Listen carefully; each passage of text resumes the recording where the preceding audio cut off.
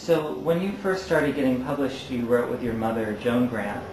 Do you see her influence, or how do you see her influence in your books still today? And that's a fascinating question because our styles developed together so much.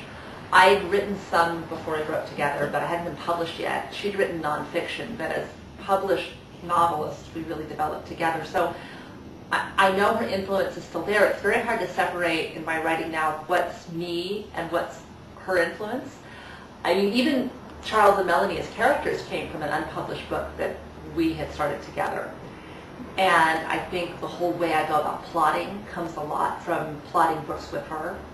And the way I think about characters is influenced a lot by working with her. So yeah, I think her influence is definitely there, but it's very hard to tease out what's her and what's me.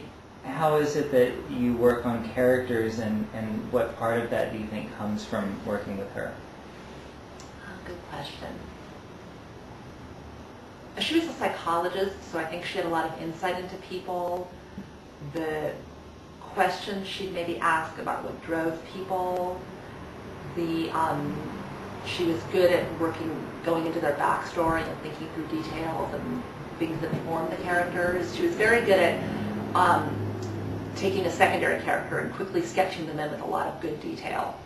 And I think I'm probably much better at sketching in secondary characters and bringing them to life and making them vivid than I would have been if I'd never written with her.